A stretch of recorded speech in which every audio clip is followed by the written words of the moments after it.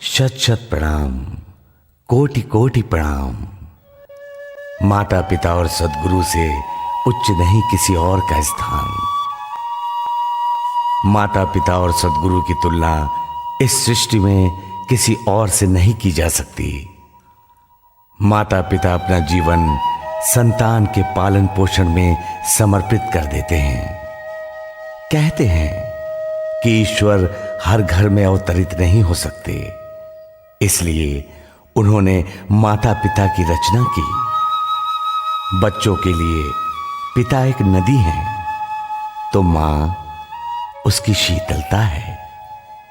अगर हम अपनी खाल के जूते भी बनवाकर माता पिता को पहनाएं तो भी उनके ऋण से उऋण नहीं हो सकते। फिर क्यों बदलते युग में बदल गई हैं आज की संतानें। भूल गई हैं अपना दायित्व माता पिता के प्रति, विमुख हो गई हैं उनसे और लिप्त हो गई हैं पाश्चात्य जगत के कुसंस्कारों से। कहीं वैलेंटाइन डे का जोर है तो कहीं रैप और पॉप का शोर है।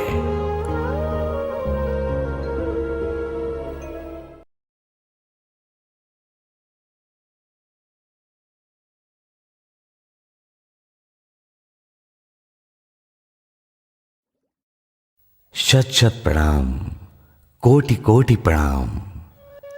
माता पिता और सद्गुरु से उच्च नहीं किसी और का स्थान। माता पिता और सद्गुरु की तुलना इस सृष्टि में किसी और से नहीं की जा सकती। माता पिता अपना जीवन संतान के पालन पोषण में समर्पित कर देते हैं। कहते हैं कि ईश्वर हर घर में अवतरित नहीं हो सकते, इसलिए उन्होंने माता पिता की रचना की। बच्चों के लिए पिता एक नदी है तो मां उसकी शीतलता है। अगर हम अपनी खाल के जूते भी बनवाकर माता पिता को पहनाएं तो भी उनके ऋण से उऋण नहीं हो सकते। फिर क्यों बदलते युग में बदल गई हैं आज की संतानें। भूल गई हैं अपना दायित्व माता पिता के प्रति, विमुख हो गई हैं उनसे और लिप्त हो गई हैं पाश्चात्य जगत के कुसंस्कारों से। कहीं वैलेंटाइन डे का जोर है तो कहीं रैप और पॉप का शोर है।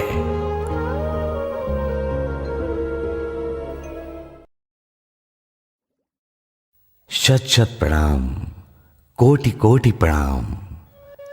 माता पिता और सद्गुरु से उच्च नहीं किसी और का स्थान। माता पिता और सद्गुरु की तुलना इस सृष्टि में किसी और से नहीं की जा सकती। माता पिता अपना जीवन संतान के पालन पोषण में समर्पित कर देते हैं। कहते हैं कि ईश्वर हर घर में अवतरित नहीं हो सकते, इसलिए उन्होंने माता पिता की रचना की। बच्चों के लिए पिता एक नदी है तो मां उसकी शीतलता है। अगर हम अपनी खाल के जूते भी बनवाकर माता पिता को पहनाएं तो भी उनके ऋण से